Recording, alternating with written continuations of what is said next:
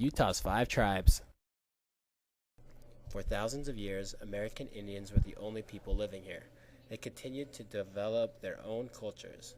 In time, there were 4 main groups.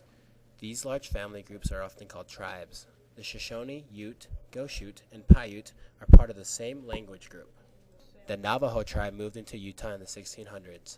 That made 5 main tribes. Each tribe called itself a name that meant the people.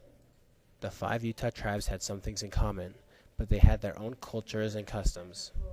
These ways of living had a lot to do with where they lived. Groups near the mountains had different ways of life than groups in the deserts. Shoshone Indians. The Shoshone believed the Fremont people were their ancestors. An ancestor is a relative who came before you. The Shoshone called themselves Nimi. The Shoshone moved with the seasons. They hunted and gathered in the mountains and valleys of northern Utah. They were not full-time farmers, but they planted seeds from some wild plants. The Shoshone made baskets out of plant leaves and stems. They also made water jugs. The Shoshone lived in villages, like the Utes, Paiutes, and Goshutes. The tribe was divided into smaller groups called bands. The Shoshone built 2 types of homes.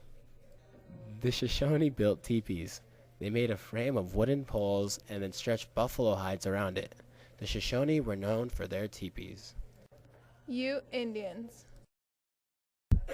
Utah is named after the Ute Indians. The Utes moved with the seasons. They hunted animals and fished in the lakes. The Utes used horses to hunt, travel, and carry heavy loads. They were the first tribe in Utah to get horses. The Utes traveled to the warmer valleys and deserts. They made shelters out of brush, grass, and willows. Navajo Indians.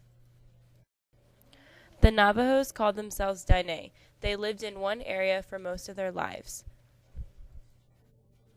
The tribe was divided into family clans. In a clan were fathers, mothers, children, grandparents, aunts, uncles, and cousins. The Navajos raised sheep and goats. They got these animals by trading with the Spanish. They built wooden corrals for the animals. They became great sheep herders. Navajos used the wool from their sheep to make yarn. They dyed the yarn with colors from plants and berries. Then they wove the yarn into beautiful rugs, blankets, and cloth. The Navajo also began to make jewelry using silver, coral, and turquoise. A Navajo family built a hogan to live in. The hogan stood for their spiritual connection to the earth. Paiute Indians. The Paiutes called themselves Nawuvi. They moved about to find food and shelter. In the winter, the bands traveled to the warmer deserts and valleys. In the summer, they lived in the cool mountains. The Paiutes made wickiups to live in. Paiutes were known for the cradle boards they made. Cradle boards were used to carry babies. A mother put her baby in the cradle board and wore it on her back. When she stopped to work or rest, she might lean the cradle board against a long or sturdy tree. Goshute Indians. Goshutes means people of the dry earth. They lived in the hot, dry Great Salt Lake Desert. The Goshutes could not live without plants. They had an amazing knowledge of where to find food in the desert.